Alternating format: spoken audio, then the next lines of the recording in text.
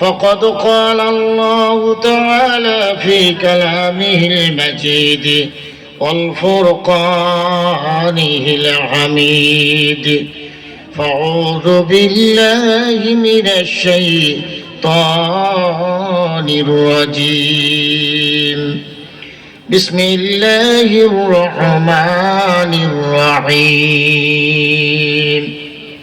تعاونوا على البر والتقوى ولا تعاونوا على الإثم والعدوان.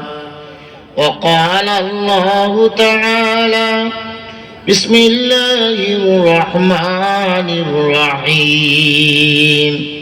لن تنالوا البر حتى تنفقوا مما تحبون وما تنفقوا من شيء فإن الله به عليم. إن الله وملائكته يصلون على النبي يا أيها الذين آمنوا صلوا عليه وسلموا تسليما. اللهم صل على মোহাব্বতের সঙ্গে পড়ুন, মনে মনে করুন এটাই আমার দরুদ, আমার সালাম আমার প্রিয় রাসূলের রওজা আতহারে পৌঁছে যাচ্ছে। অকাট্য সত্য, ইমানদারের মুখ থেকে দরুদ এবং সালাম বের হওয়ার আগে, শেষ হওয়ার আগে এ দরুদ এবং সালাম সোনার মদিনায় পৌঁছে যায়। এলোমেলো ভাবে নয়, ইখলাসের সাথে পড়ুন। আল্লাহুম্মা সাল্লি আলা সাইয়্যিদিনা মাওলানা মুহাম্মদ ওয়া আলা আলি সাইয়্যিদিনা মাওলানা मुहम्मद। इस्लाम है हमारा, ईमान है हमारा, हम ही मुसलमान और है हमारा। अल्लाहुम्मा सल्ली अला सय्यिदिना मौलाना मुहम्मद व अला आलि सय्यिदिना मौलाना मुहम्मद। একবার সকলে পড়ি সাল্লাল্লাহু আলাইহি ওয়াসাল্লাম। ভাইরা আমার, দুপুরে এই প্রোগ্রামে সময় খুব কম, ফলে আমি দরুদ যতটুকু প্রয়োজন ততটুকুই পড়লাম। সময় আমি এদিক ওদিক দিতে পারবো না। যারা দূরে আছেন আসি করছেন, আপনারা চলে আসুন, আর অল্পক্ষণের মধ্যেই প্রোগ্রাম শেষ হয়ে যাবে। আজকে বড় আমরা যারা এসেছি বক্তা হিসাবে, শ্রোতা হিসাবে আসবো বা আসছি, আমরা অত্যন্ত ভাগ্যবান যে আল্লাহর দ্বীনের এক মাসওয়ারা, দ্বীন কিভাবে প্রতিষ্ঠিত হবে, দ্বীনের কেন্দ্র এই মাদ্রাসাকে কি করে উন্নতি করা যাবে, এই মাসওয়ারা বা এই চিন্তা ভাবনা নিয়ে আমরা যারা এখানে উপস্থিত হয়েছি, এটা অত্যন্ত বড় কাজ এবং মহান কাজে আজকের আমরা শরীক হয়েছি। আল্লাহর নবী হাদিসে বলেছেন, অতি অল্প সময়ের জন্য কেউ যদি দ্বীন নিয়ে ফিকির করে, এ দ্বীন কি করে বাঁচবে, এ দ্বীনের প্রতিষ্ঠান কি করে বাঁচবে, এদিন কি করে পৌঁছাবে ঘরে ঘরে, কাঁচা ঘরে, পাকা ঘরে? দেশের ছেলেরা কিভাবে কোরআনওয়ালা হবে? দেশের মা বোনেরা কি করে দিনদার হবে? এই ফেকের যদি অতি অল্প সময়ের জন্য পরে বসে 60 থেকে 70 বৎসরের নফল ইবাদতে সওয়াব আল্লাহ তার আমলনামায় দান করে। আমরা ক ঘন্টা থাকবো এখানে? খুব বেশি হলে 4 ঘন্টা, 5 ঘন্টা। এই 4-5 ঘন্টার মধ্যে আমরা 60 বছরের নফল ইবাদতের সওয়াব পাবো। কেন?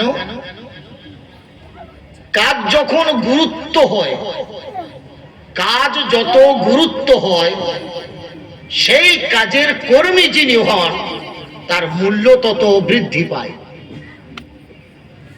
একটা মাস্টার 60 বছর বয়সে রিটায়ার হয়, আর একটা আর্মি 35 বছর বয়স হলে সরকার রিটায়ার করে দেয়, বসে বসে খাওয়ায়। কারণ সে যা দায়িত্ব পালন করেছে, একটা মাস্টারের থেকে অনেক গুণে বেশি দায়িত্ব পালন করেছে, জীবন মরণ সামনে নিয়ে দায়িত্ব পালন করেছে, দেশ রক্ষা করেছে। কাজের গুরুত্বে কর্মীর গুরুত্ব বাড়ে। আজকে আমরা যে বসেছি এখানে, শুধু উনি নিমন্ত্রণ করেছেন, আমরা এসেছি আর দুটো কিছু খেয়ে চলে যাব, আর ওয়াজ শুনে চলে যাব না। আর এই যে দিনের কেন্দ্র যে মাদ্রাসা, এই মাদ্রাসার বাঁচা, সারা বছরের চলা, আগামী কি করে বাড়বে তার বাজেট সবকিছু সামনে নিয়ে আমরা বসেছি। যদি এই মতে মত দিতে পারি, আলহামদুলিল্লাহ, আমাদের মূল্য অনেক বেশি। আমি একটা হাদিসের কাহিনী দিয়ে শোনা আপনাদের কাছে কথা শুরু করছি, যে মানুষ যখন দিনের ফিকির নিয়ে বসে তার মূল্য কতটুকু আল্লাহর কাছে বৃদ্ধি পায়। এবং এই দুনিয়াতে আল্লাহর রহমতের ফেরেশতারা তার সঙ্গী হয়ে যায়, বন্ধু হয়ে যায়, তার বিপদে আপদে মুসিবতে তার সঙ্গী হয়ে যায়। মক্কা বিজয় হয়ে গেছে।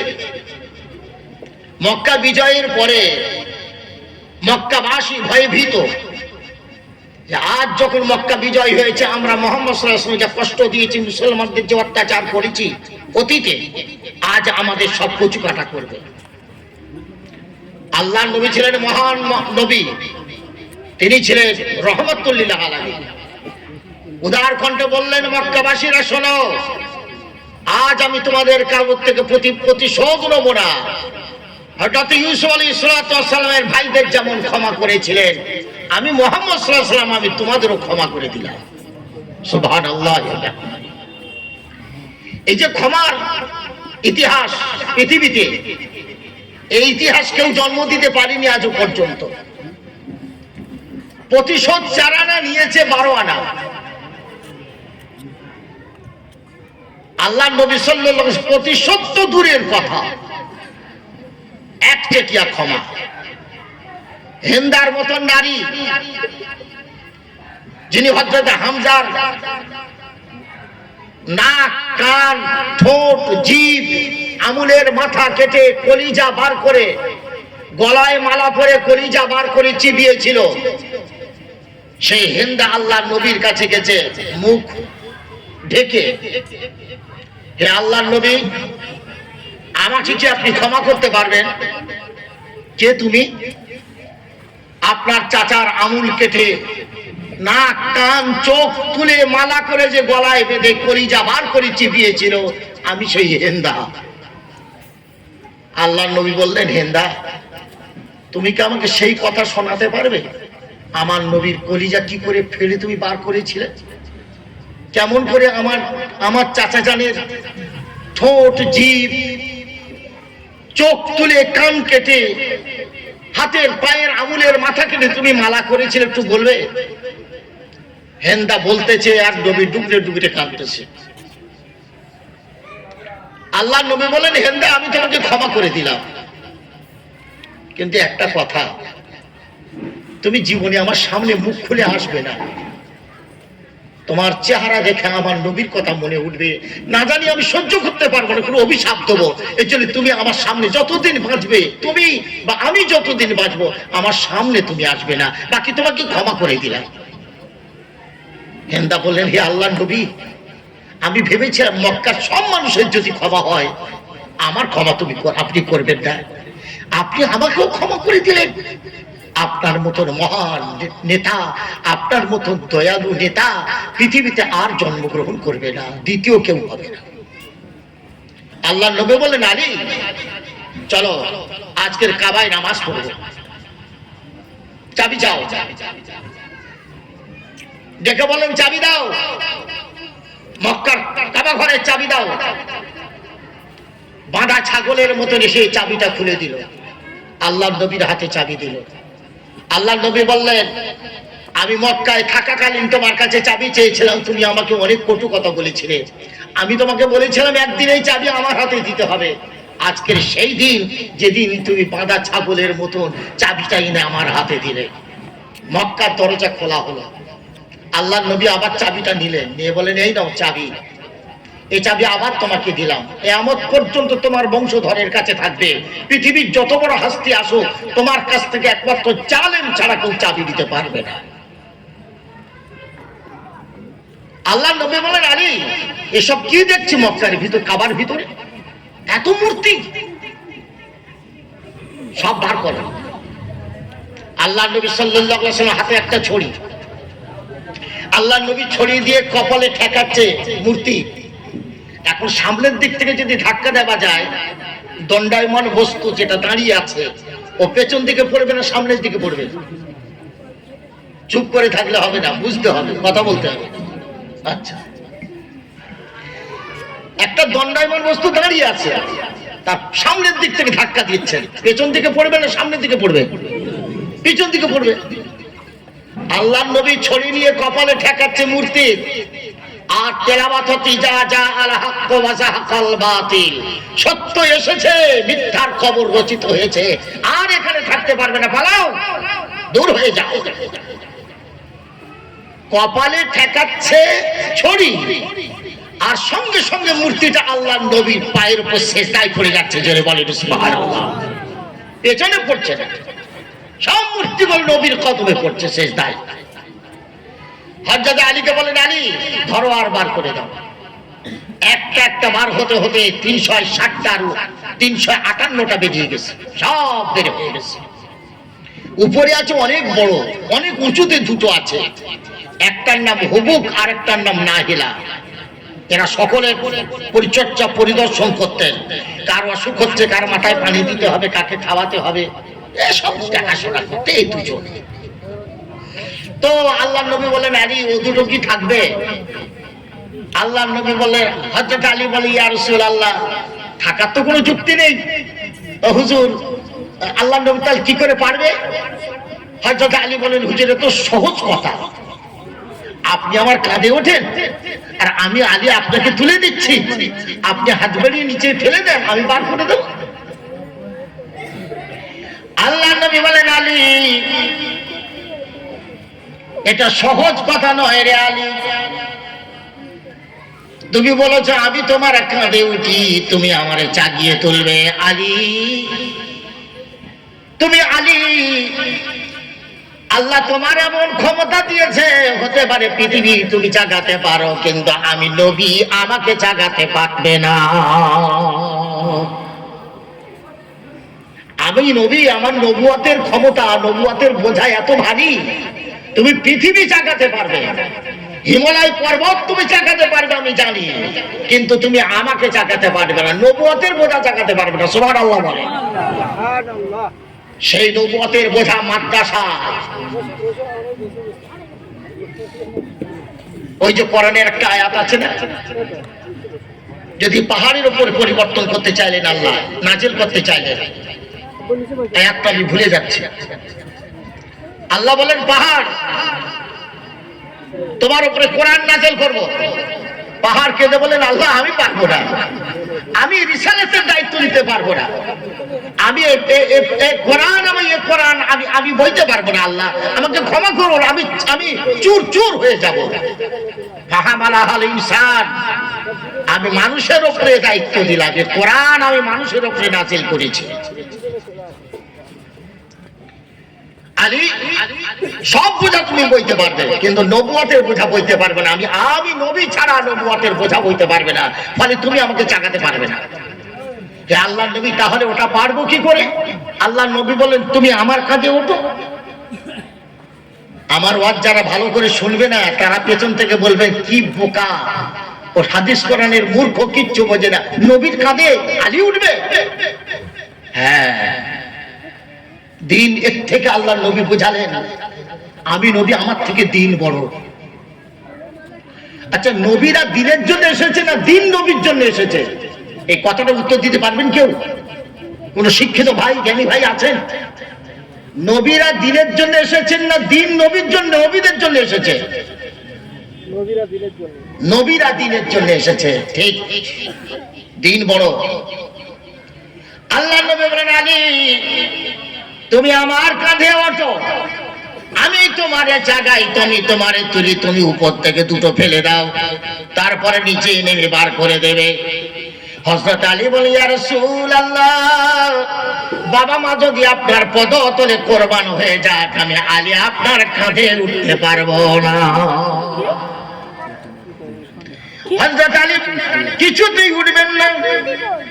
আল্লাহর নবী বলেন আলী তোমার আমার থেকে দিন বড় রে আলী, দিন বাঁচাতে আল্লাহর ঘর সংস্কার করতে এসো, তুমি আমার কাঁধে ওঠো। একবার অস্বীকার করা যায়, দুবার অস্বীকার করা যায়।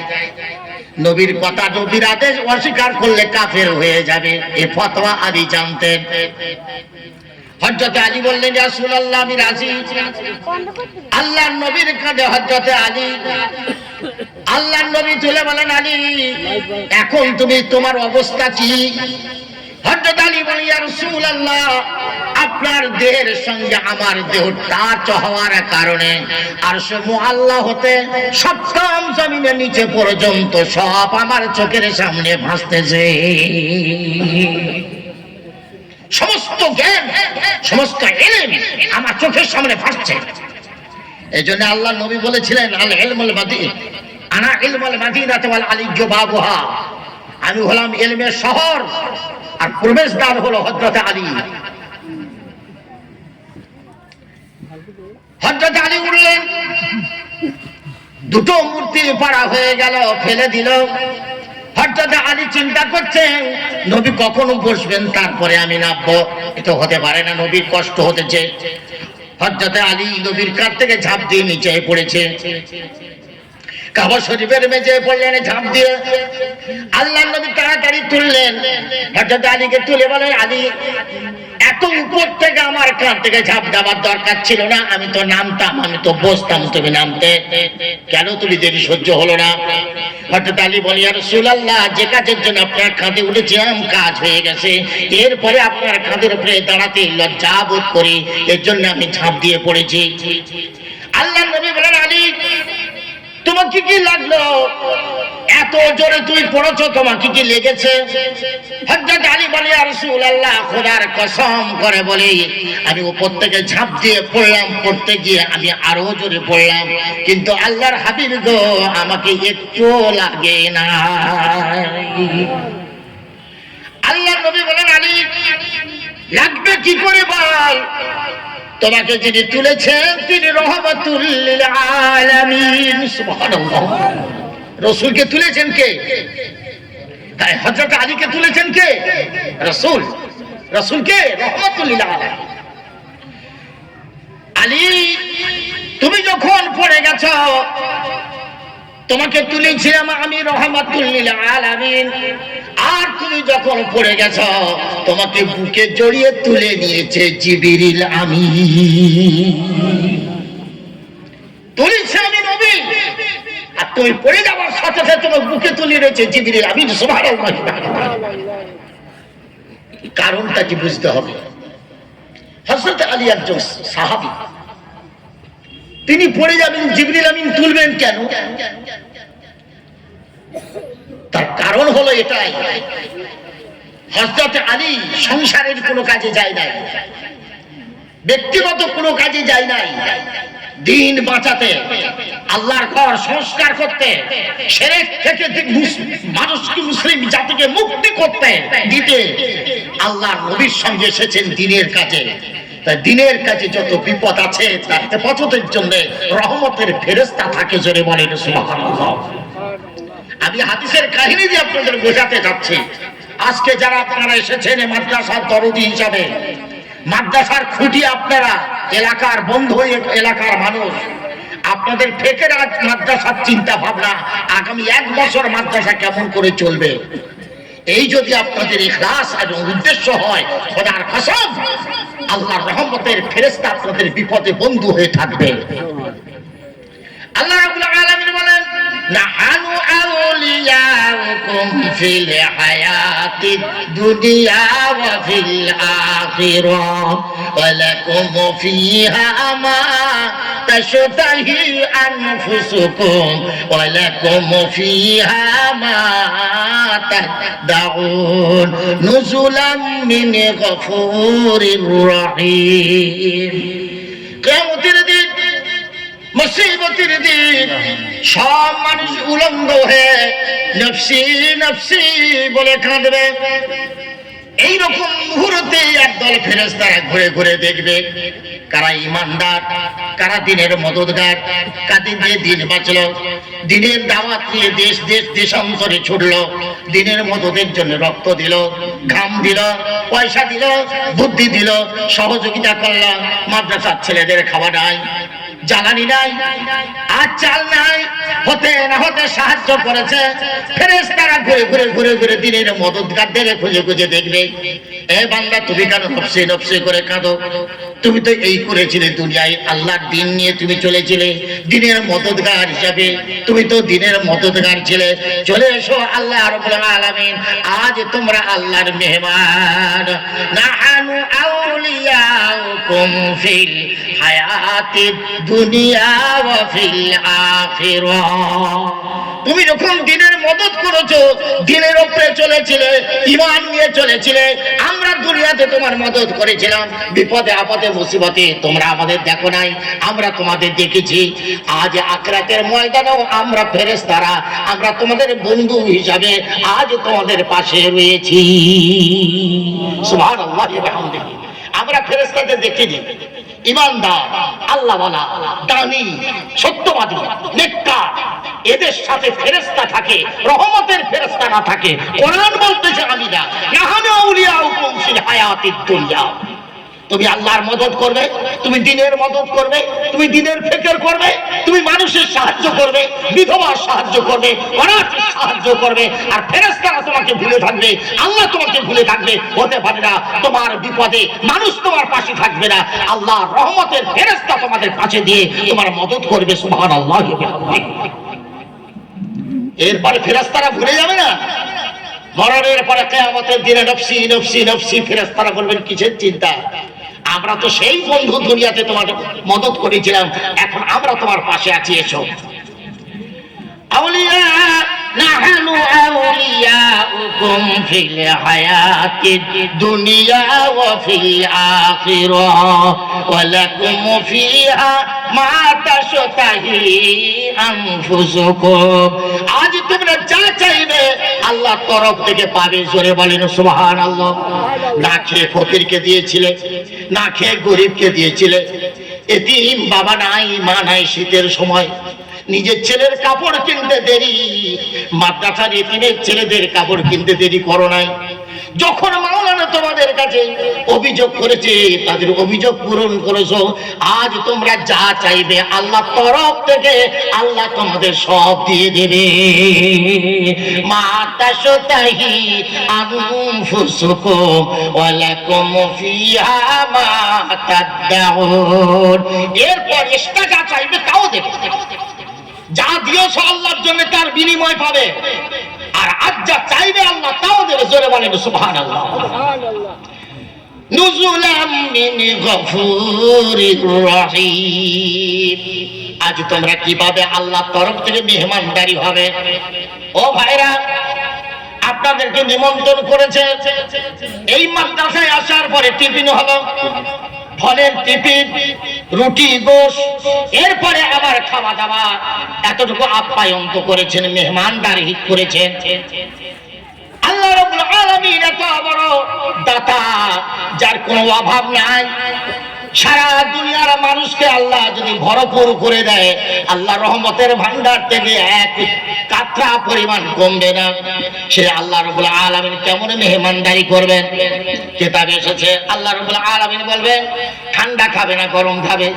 হয়তো আরে গরমের সময় যদি কোনো মেহমান বাড়িতে আসে, বাড়িওয়ালা জিজ্ঞাসা করে না ভাই ঠান্ডা খাবে না গরম খাবে, বলে তার মানে চা খাবে না কোল্ড ড্রিঙ্ক খাবে, বলে তো। এরপরে মানে পাকাটা কি ছেড়ে দেবো?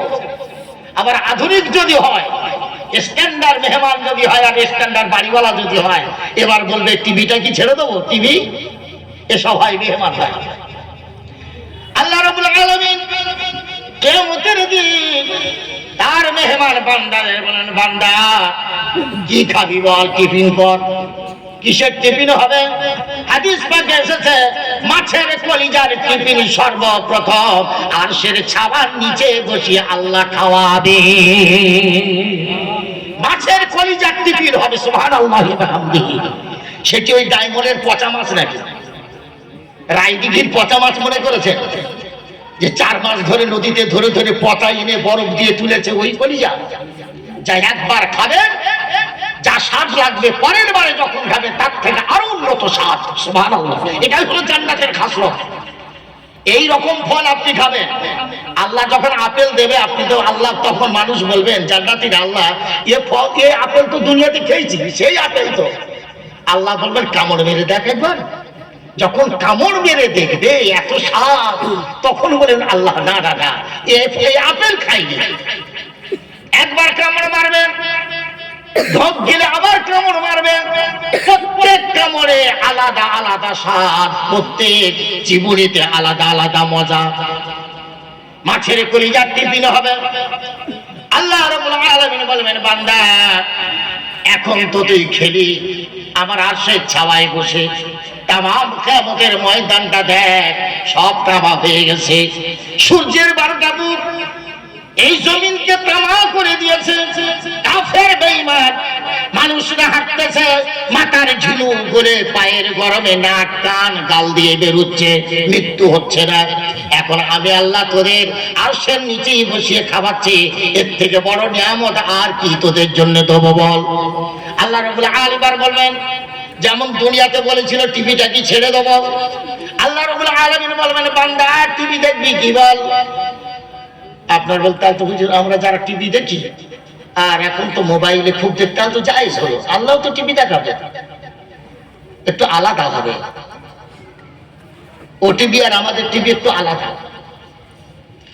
সব বান্দা বলবেন আল্লাহ দেখবো। আল্লাহ রাব্বুল আলামিন বলেন যার জন্য জীবন দিলি, জিহাদ করলি, প্রচন্ড গরমে রোজা রেখে তৃষ্ণায় বুক ফাটালি, রোজা ছাড়লি না, অভাব অভিযোগ যখন আসলো এতিম দুস্থ দরিদ্র বিধবাদের গরিবদের দান করলি, দুপুর বেলা খেতে বসেছিস ভাত নাই, ফকির এসে বললেন বাবা দুটো ভাত হবে, স্বামী স্ত্রী যুক্তি করে নিজেরা নাকি ফকিরকে খাওয়ালি।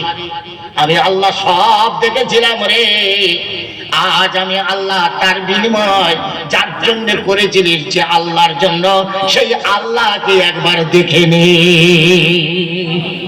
আল্লাহ রাব্বুল আলামিন দিদার দেবেন, এমন দিদার দেবেন বান্দা আল্লাহর দিকে তাকে লক্ষ লক্ষ বছর চলে যাবে, চোখের পানি ফেলবে না, 2 চোখ দিয়ে পানি ঝরবে। আল্লাহ তুমি এত সুন্দর, যদি আগে দেখতাম, একবার যদি জানতে পারতাম, জীবনের সবটা তোমার জন্য দিয়ে দিতাম, বিবি বাচ্চার জন্য অত দিতাম না, যা রেখে এসেছি সব আল্লাহ তোমার জন্য দিয়ে দিতাম।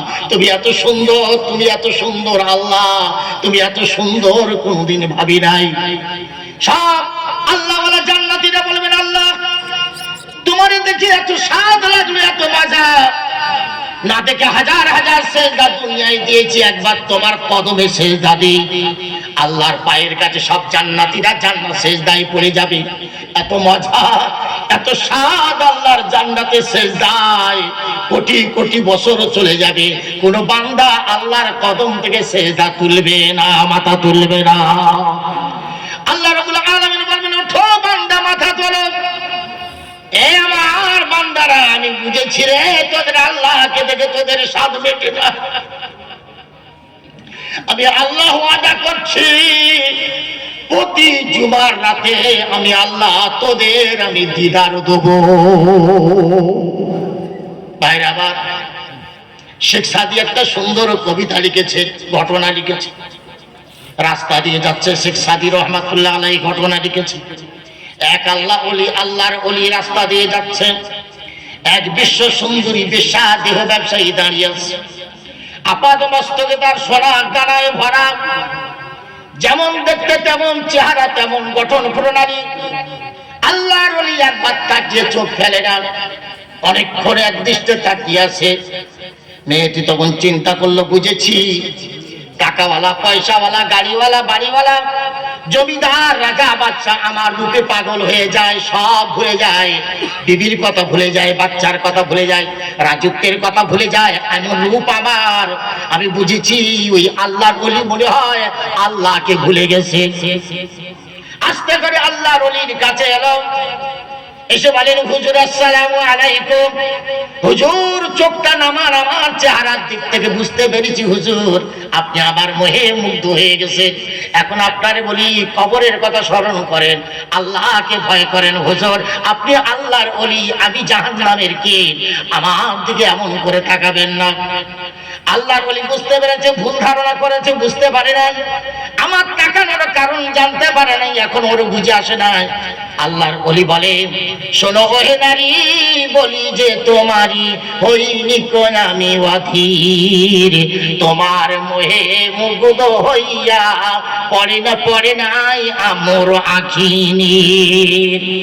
এ বান্দি শোন, সারা দুনিয়া তোর রূপে পাগল, সারা দুনিয়া তোকে দেখে ভুলে যায় ছেলে দিদির কথা, রাজত্বের কথা, ব্যবসা বাণিজ্যের কথা ভুলে যায়। আমি তা না রে, আমি তা না, তোর রূপে আমি মুগ্ধ হই নাই। তবে কেন কাঁদিস, কেন তোর দিকে চোখের পানি পড়ে আমার?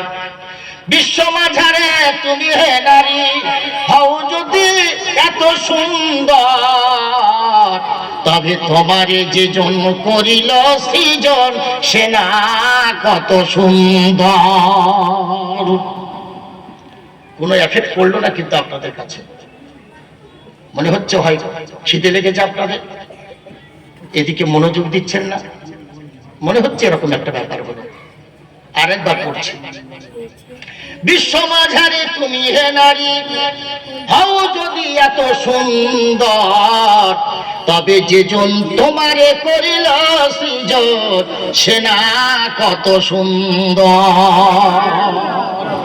এ বন্দি শোন, তুমি ভেবেছ তোমার রূপে আমি পাগল হয়ে কাঁদতেছি, না না না, তোমার রূপ দেখে আমার মনে হয় যে আল্লাহ তোমাকে এত রূপ দিয়ে পাঠালো দুনিয়ায়, তোমারে দেখে ছেলের বাবা, মেয়ের বাবা, তোমার এদের রাজত্বের মালিক সব পাগল হয়ে তোমার পিছনে লাইন দেয়।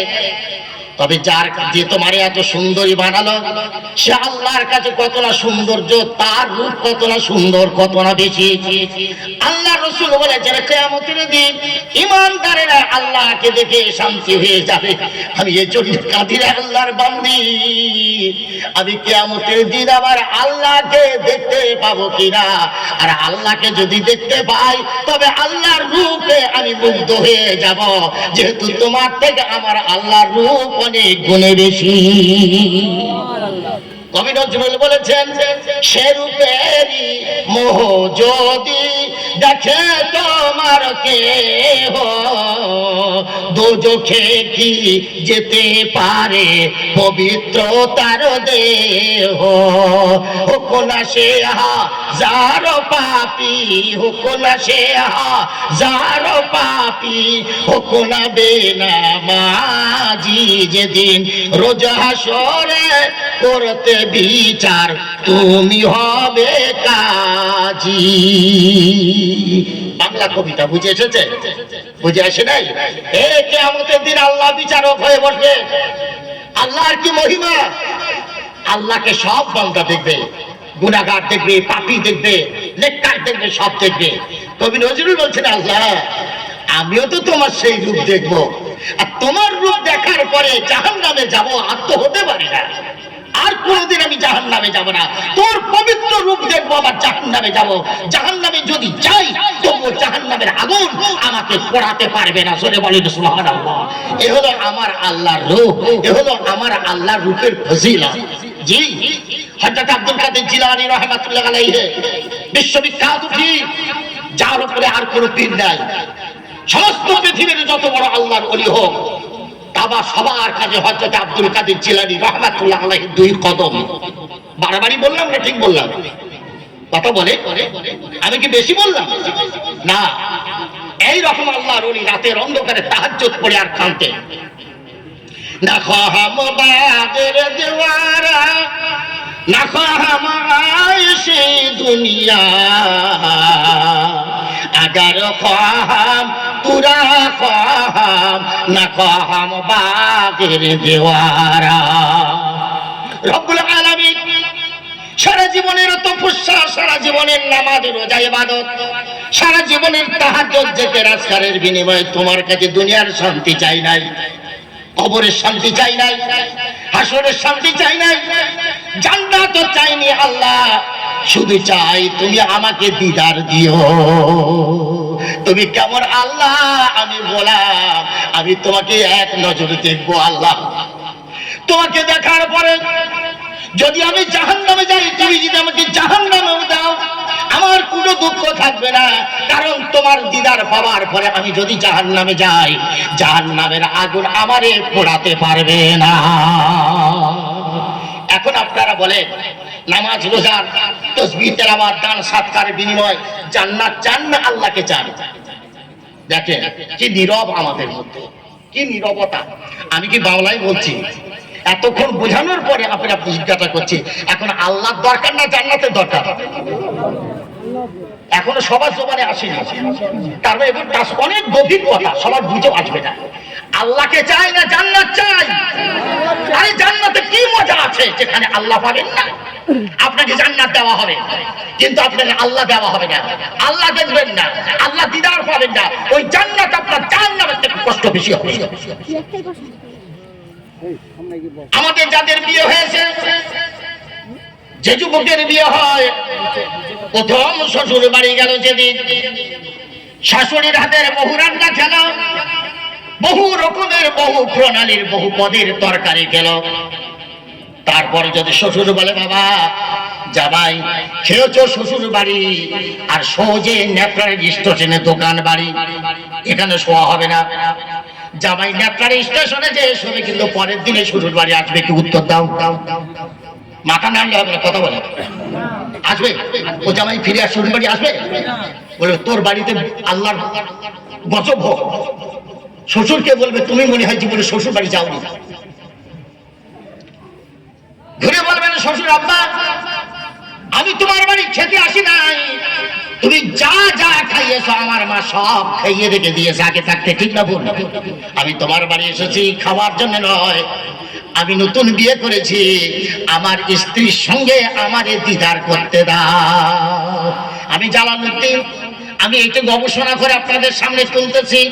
নতুন শ্বশুর বাড়ি জামাইয়ের শ্বশুর বাড়ি যেমন বিবির দর্শন ছাড়া হাজারো কোয়ালিটি রেখে শান্তি নাই, শান্তি নাই, শান্তি নাই।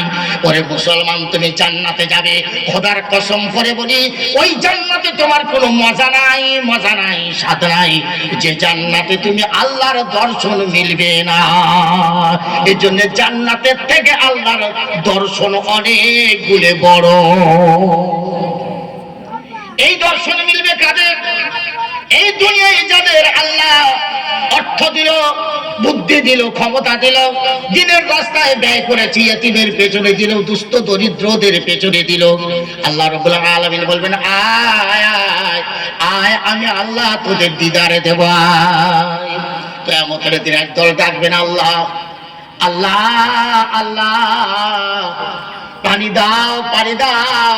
কুকুরের মতন জিভটা লম্বা হয়ে যাবে। আচ্ছা আপনারা দেখেছেন গরমের সময় কুকুরের জিভ বের হয় না? ভাই কথা বলেন না একটু, দিনের বেলা তো, এখন তো ঘুমোচ্ছেন না আপনারা। কুকুরের জিভ বের হয় রোদেতে? কতটা বের হয়? 1 ফুট। আমি 1 ফুট হচ্ছে কসম খোদার, আমার নবী সোনার জবানে বলেছেন, কিয়ামতের দিন এত গরম হবে, পানি পাবে না, নফসি নফসি নফসি নফসি, পানি দাও পানি দাও পানি দাও। ওই পানি দাও পানি দাও করতে করতে জিভটা এত লম্বা বেরোবে, নিজের পায়ে নিজের জিভ জড়িয়ে হোঁচট খেয়ে পড়বে। জীব লম্বা হতে হতে যে পায়ে ঠেকবে, মাটিতে ঠেকবে, ওই জীবের উপরে পা পড়বে, লম্বা হয়ে হোঁচট খেয়ে পড়ে যাবে, জীবে পা বেঁধে পড়েছে, এত লম্বা হবে জীবকে আমাদের দিন। আল্লাহ পানি দাও।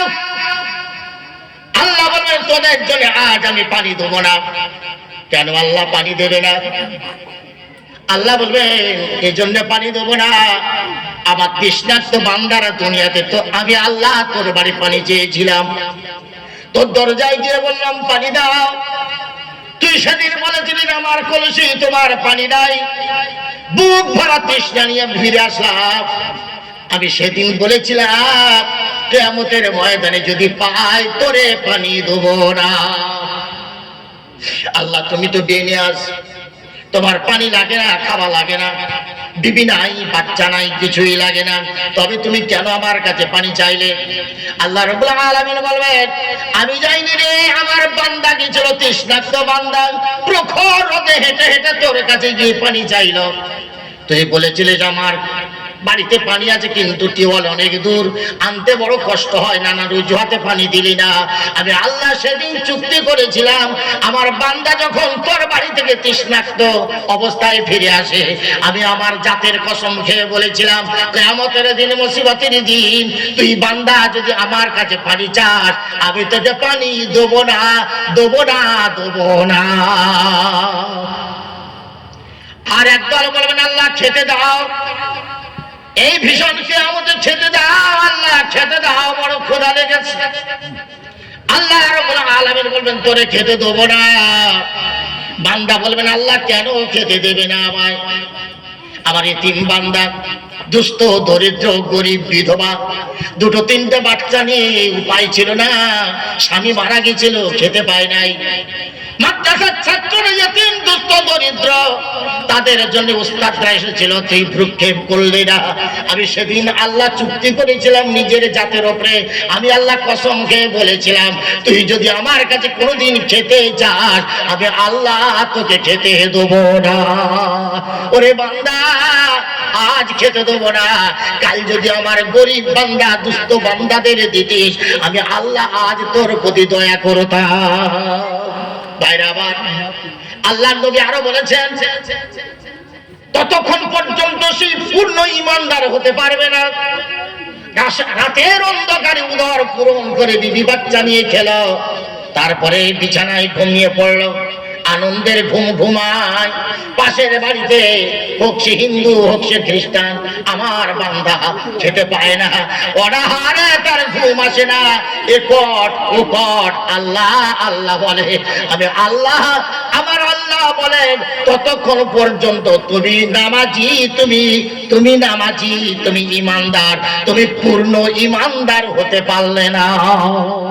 বিখ্যাত ঘটনা আমাদের সামনে এসেছে। এক মুসলমান মুচি সারা জীবনের ইনকাম রেখে দিল, হজ করবে, বড় সাধ, আমি হজে যাব, কাবা জিয়ারত করব, নবীজির মাজার জিয়ারত করব। টাকা পূর্ণ হয়ে গেছে, হজে যাবে। একদিন বাড়িতে এসে দেখলেন বিবি রুটি করেছেন, পুরো তরকারি নাই। পাশের বাড়ি থেকে গোস্তের সুগন্ধ আসছে রান্নার।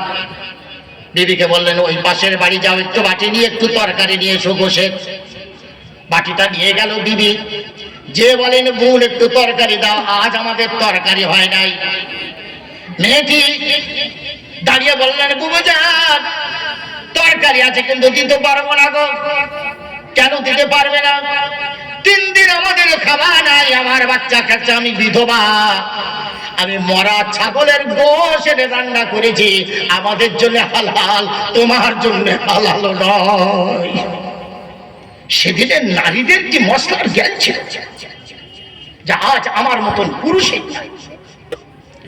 এ বস্তু তোমাদের জন্য হালাল না, আমাদের জীবন বাঁচানোর জন্য এতটুকু হালাল। আমি এনেছি, রান্না করছি, আমি দিতে পারবো না। চোখের পানি মুছতে মুছতে ঘরে গেল। স্বামীকে বললেন, বড় কষ্টের কথা, আমরা খবর নিতে পারলাম না, 3 দিন খাওয়া হয় নাই, মরা ছাগলের গোশত রান্না করতেছে, আমাদের জন্য হালাল না ওদের জন্য হালাল?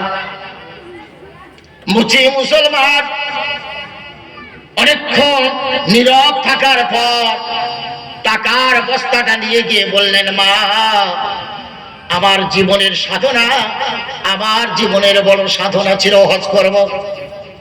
সব টাকা আমি আল্লাহর জন্য হজ করলাম না, আমি সব তোমার ইয়েতিম বাচ্চাদের লালনের জন্য পালনের জন্য দিলাম। আমি হজ করব না গো, তোমার বাচ্চাদের জীবন বাঁচিয়ে নাও। হজ হয়ে গেল। বিখ্যাত মুহাদ্দিস আব্দুল্লাহ বিন মুবারক রাহমাতুল্লাহ আলাইহি, বিখ্যাত মুহাদ্দিস পৃথিবীর, তিনিও হজে গেছেন। হজ হয়ে গেছে, স্বপ্ন দেখতেছেন 2 জন আল্লাহওয়ালা ফেরেশতার রূপ ধরে। একজন বলতেছে, বলে এবছর কত হাজি হজে এলো? বলেন, এত হাজার, এত শয়, এত। কত হাজির হজ কবুল হয়েছে? উত্তর দিতেছি, একজনেরও হজ কবুল হয় নাই। আবার প্রশ্ন হলো, তবে কি সব মাঠে মারা গেল? উত্তর দিচ্ছেন না, এক আল্লাহর বান্দার উসিলায় সমস্ত হাজিদের হজ আল্লাহ কবুল করে নিয়েছেন। কিন্তু তিনি হজে আসে না, তিনি কিন্তু হজে আসে না। অবাক হয়ে প্রশ্নকারী প্রশ্ন করছেন, আবার কেমন ঘটনা? হজে আসে নাই, তার উসিলায় হজ কবুল? বলছে, শোনো, ওই আল্লাহর বান্দা হজে যাওয়ার জন্য জীবনের অনেক টাকা আস্তে আস্তে জোগাড় করেছিল। পাশের বাড়ির বিধবা খাওয়া নাই, বাচ্চারা মারা যায়, হজের টাকাগুলো সব আল্লাহর বান্দাকে দিয়ে দিল। আল্লাহ রাব্বুল আলামিন হজে আসে নাই, কিন্তু ওই এতিম দুস্থ দরিদ্র বিধবাদের জীবন বাঁচানোর কারণে ওই টাকায় আল্লাহ ওর ওসিলায় তামাম হাজির হজ কবুল করে নিয়েছে। স্বপন দেখে আব্দুল্লাহ বিন মুবারক খুঁজে খুঁজে এলো। হ্যাঁ, আবার প্রশ্ন হলো, লোকটার বাড়ি কোথায়? উত্তর দিচ্ছেন, অমুক জায়গায়, অমুক গ্রামে বাড়ি। হযরত আব্দুল্লাহ বিন মুবারক ঘুম ভেঙে গেল। ঘুম থেকে উঠে সোজা পাড়ি দিলেন ওই দেশের দিকে। হাঁটতে হাঁটতে হাঁটতে হাঁটতে একদিন পৌঁছে গেল। জিজ্ঞাসা করলেন, একজন মুচি এই গ্রামে থেকে, মুসলমান, তার নাম এই? বলে, হ্যাঁ আছে। অমুক বাড়ি। বাড়ি থেকে জিজ্ঞাসা করলেন, ভাই বাড়ি আছে? আল্লাহর বান্দা বের হয়ে দেখা দিলেন, জড়িয়ে ধরে হাউ হাউ করে কাঁদছে, কোনো কথা বলার আগে শুধু কান্না, শুধু কান্না, শুধু কান্না, কান্না বন্ধ হলো না। অবশেষে বললেন, ভাই কেন কাঁদো, জবাব দাও। ওরে ভাই, আমি স্বপ্ন দেখেছি তোমার হজের টাকা বিধবাদের দিয়েছো, ইয়েতিমদের দিয়েছো, আল্লাহ তোমার জন্য হজ কবুল করেছে। শুধু নয়, তোমার ওসিলায় আমার মতন আব্দুল্লাহ বিন রবাহা আর যত হাজি হজে গিয়েছিল সবার হজ আল্লাহ কবুল করে নিয়েছে। আমার ভাইরা, ইসলাম শুধু নামাজের জন্য আসে নাই, টুপির জন্য আসে নাই, মুখে দাড়ি রাখার জন্য আসে নাই, লম্বা জামা দেওয়ার জন্য আসে নাই। মুসলমান, ইসলাম নামাজ পড়ার যেমন গুরুত্ব দিয়েছে, বিধবা এতিম ওতামাদের দেখারও গুরুত্ব দিয়েছে। অফি আমওয়ালিকুম হাক্কুল লিসাইলি ওয়াল মাহরুম। এই ধনাঢ্য ব্যক্তিরা, বিত্তবাতির বাসীরা, বিত্তবানরা, শোনো, তোমাদের মালেতে আমি আল্লাহ শুধু তোর বেবি বাচ্চার হক রাখিনি। অফি আমওয়ালিকুম হাক্কুল লিসাইল, এতিম দুস্থ দরিদ্র গরীব তাদেরও হক রেখেছি তোমার মালে। তোমার মাল শুধু তোমার বিবি বাচ্চার জন্য নয়, এতিমদের জন্য যাও, অসহায়ের জন্য যাও, অভুক্তর জন্য দাও। তোমার মালে সবার হক রয়েছে, হক আদায় করো। ইয়া আইয়ুহাল্লাযীনা আমানু আনফিকু মিম্মা রাযাকনাকুম মিন ক্বাবলি আন ইয়াতিয়া ইয়াউমুন লা বাইউন ফীহি ওয়ালা খুল্লাতুন ওয়ালা শাফাআ। ওই ইমানদাররা, তোমরা তোমাদের মাল কবে দান করবে? তোমরা মরে গেলে কি মাল দান করবে? তোমাদের মরণের আগে দান করো। তোমরা মরে গেলে তোমার মাল, তোমার জায়গা, তোমার জমি সব তোমার বিবি বাচ্চা ছেলেদের হয়ে যাবে, তোমার বলে কিছুই থাকবে না। আমি জালালউদ্দিন আরেক ধাপ আগিয়ে বলি, তোমার বউও তোমার থাকে না। মরণের পরে বউ থাকে তো? আরে বউ ঘরে থাকে, যায় না বলে থাকে। ও যদি ইচ্ছা করে অন্যের সাথে বিয়ে করতে পারে না, পারে না, তার মানে আপনার বউ রইল না। মারা যাওয়ার পরে মৃত ব্যক্তির বউ থাকে না, মাও থাকে না, বউ থাকে না। সুতরাং আনফিকু মিম্মা রাযাকনাকুম মিন ক্বাবলি আন ইয়াতিয়া ইয়াউমুল লা বাই'। বেচা কেনা করতে পারবে না যেদিন, তার আগে দান করো। আর দান করবে কি? যে তোমার শ্বশুর বাড়ি থেকে যেটা পেয়েছো, তোমরা বাপ যেটা রেখে গেছে, যেটা তুমি, তোমার মাল না, তোমার বাপের মাল আমার মাল, শ্বশুরের মাল আমার মাল, তোমার মাল আমার মাল, আমি আল্লাহ আমার মাল, সমান আল্লাহ বলেন ওয়ামিম্মা রাযাকনাহুম ইউনফিকুন। আমি যা তোমাকে দিয়েছি রুচি, সেই রুচি থেকে আমাকে কিছু দাও। আমি দিয়েছি, আমি দাও আমাকে। লাভ কি হবে?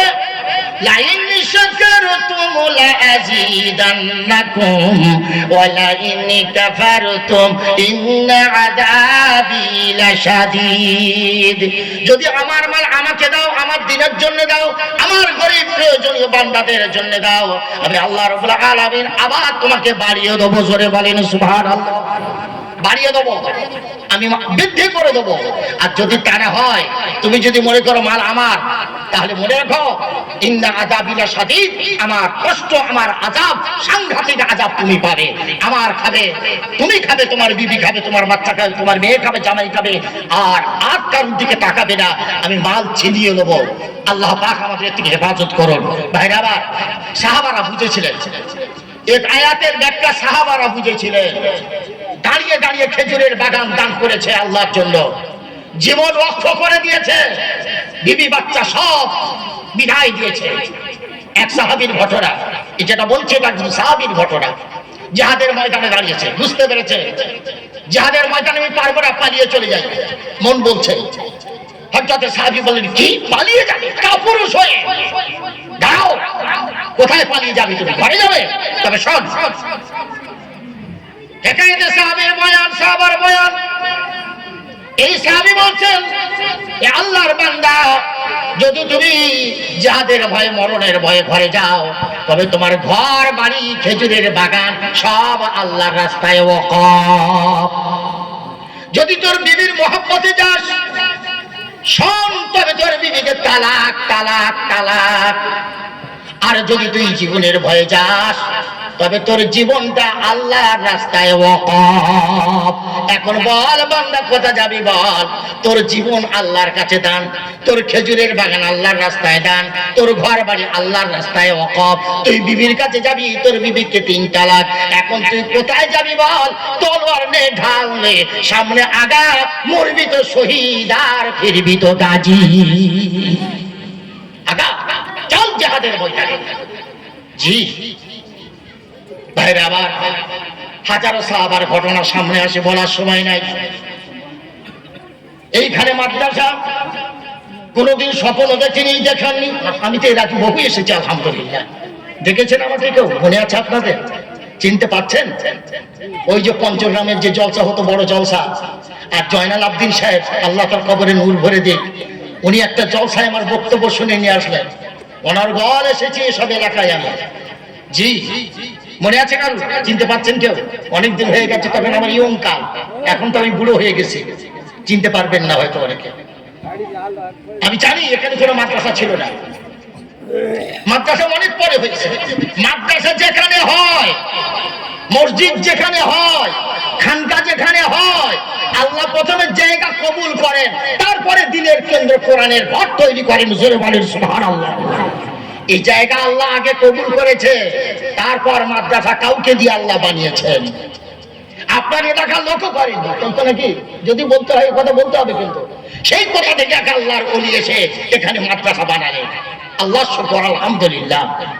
আগে আল্লাহ বান্দাকে কবুল করে, তারপরে হাফেজ বানান, তারপরে আলেম বানান, তারপর ইচ্ছা করলে কেউ মাওলানা হতে পারে না, মাঝখান থেকে চলে যাবে, খসে যাবে। ওই গাছের ফল যেমন মাঝখানে খসে পোকালে চলে যাবে।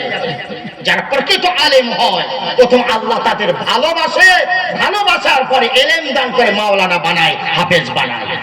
যেখানে মাদ্রাসা হয় সেই জায়গাকে আল্লাহ আগে কবুল করে। এজন্য কিয়ামতের দিন যখন সব ধ্বংস হয়ে যাবে, মাদ্রাসা ধ্বংস হবে না, মাদ্রাসা ধ্বংস হবে না। আপনাদের কষ্ট হচ্ছে না তো? একটু শুনে নি, কষ্ট হচ্ছে না তো? কষ্ট হচ্ছে না তো? একটা শুনে রাখুন, আবার কবে আসবো জীবনের